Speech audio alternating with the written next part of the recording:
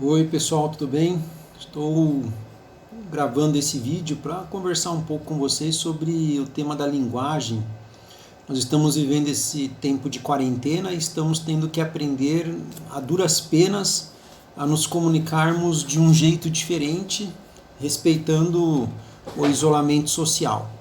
E esse aprendizado não está sendo fácil para ninguém, porque ele afeta algo que para nós num primeiro momento parece ser natural, mas não é. É um aprendizado, e um aprendizado que não iniciou-se ontem, mas estamos falando de um aprendizado que vem durando e perdurando ao longo da existência da humanidade, que é aquilo que diz respeito à linguagem e à comunicação. Existem muitas formas e muitos tipos de linguagem, só que nós estamos muito mais próximos daquela chamada de linguagem verbal, que envolve a nossa fala e que envolve a nossa escrita. E nós não paramos muito para pensar, salvo aquelas pessoas que têm uma sensibilidade um pouco maior para determinados temas, como o tema artístico, né? Nós não paramos muito para pensar nas demais linguagens e na importância que elas têm no nosso cotidiano. E agora nós fomos obrigados a fazer isso.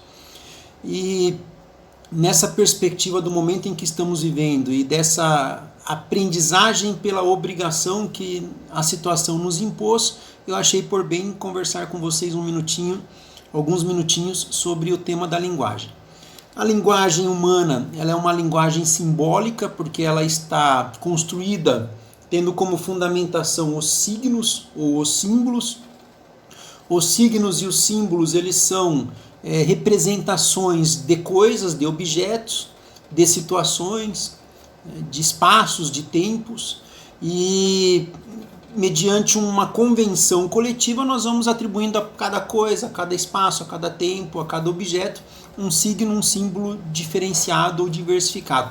Alguns desses signos, alguns desses símbolos, eles adquirem no contexto do uso em sociedade sentidos diversos, outros se mantêm restritos a um sentido único, mas aos poucos nós vamos aprimorando o uso que nós fazemos deles, incorporando ao repertório de signos e de símbolos outras possibilidades, novas possibilidades, e assim se dá o avanço das questões que envolvem a linguagem na perspectiva de uma linha, né, de um percorrer histórico da nossa existência.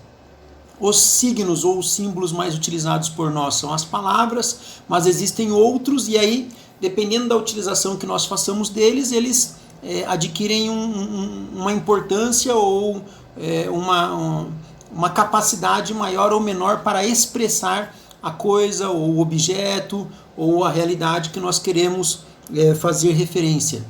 Por exemplo, se nós utilizarmos os signos numa perspectiva representativa, nós podemos conseguir transmitir para o nosso interlocutor a ideia que nós estamos vislumbrando na nossa mente no momento específico. Por exemplo, eu quero falar com alguém sobre o objeto carro. Eu utilizo a representação via palavra do objeto e com ela eu consigo que o meu interlocutor pense a mesma coisa que eu estou pensando, um automóvel, um carro específico, de uma marca específica, de uma motoração ou de um valor determinado, ou de uma época também determinada. Então a palavra é a representação do objeto, mas eu também posso usar os signos numa perspectiva de semelhança, aí eu utilizaria ao invés da palavra uma imagem.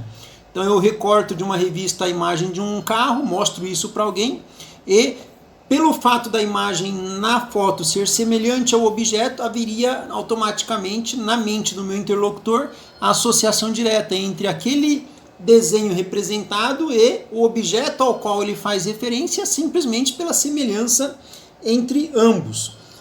Também eu poderia utilizar os signos ou os símbolos numa perspectiva de causa e efeito.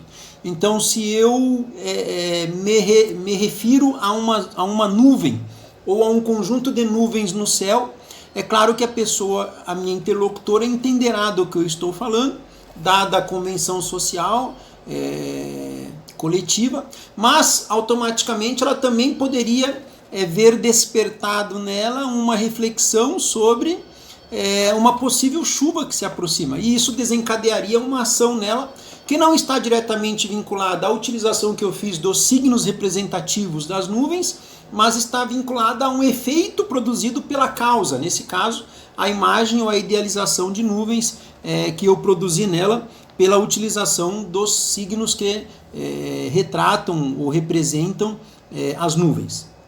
Por fim, existe uma utilização arbitrária dos signos, essa é própria dos seres humanos. Nos primeiros níveis, outros animais, alguns mais, outros menos, conseguem, de certa forma, interagir com eles, mas o nível arbitrário não. Esse é exclusivo da humanidade, em função do seguinte: é a atribuição que é dada a um objeto de um signo específico que o represente.